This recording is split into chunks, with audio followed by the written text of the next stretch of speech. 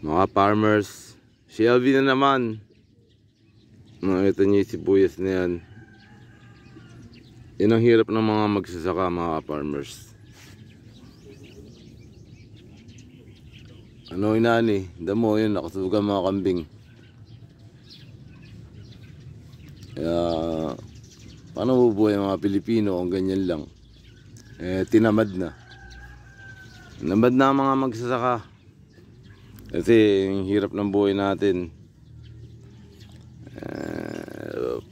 Ano na tayo kakainin? Ito nyo naman yung sibuyas pangkiskis mo lang sa may abo na yun magliliab ulit yun. Paliton Ayan Ayan yung sibuyas Diba? Hirap ng magsasaka. Ano tayo? At tayo mabubuhay yun. Yung puro nakawan lang. Ang mangyari sa buhay natin. Ayan tingnan nyo naman yung sibuyas.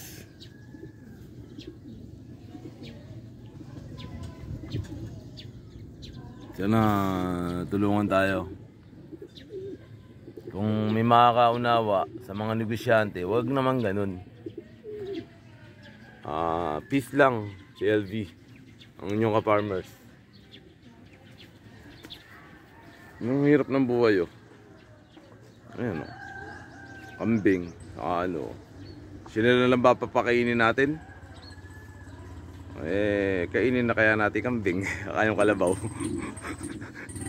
Ano maganda? Walang inani. Damo, ganun mas masarap yata yung kalabaw. Pero hindi, papapahalan pa natin sa may-ari yun. Natangga ka na kasi nakasarap. Walang preno po talaga. Preno. Nakalimutan kong pumreno. Ito. Peking duck. Ay, ito pa nakalatin siya niya, piligan.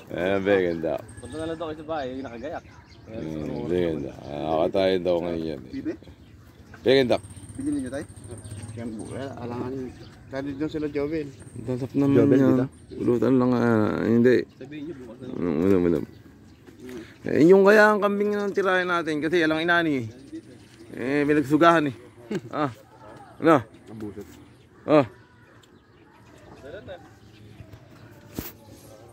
Walang inani.